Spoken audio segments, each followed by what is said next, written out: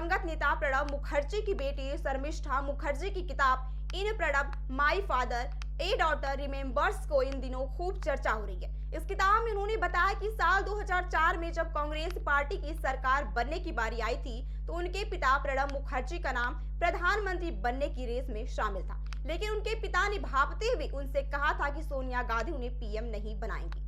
अब इसको लेकर राजनीति भी शुरू हो गई है। शर्मिष्ठा मुखर्जी की किताब पर कांग्रेस सांसद प्रमोद तिवारी ने कहा, सोनिया गांधी जी के ही निर्देश पर वह राष्ट्रपति बनी थी। जब भी वह रहे उन्हें वरिष्ठतम कैबिनेट मंत्री के रूप में रखा गया।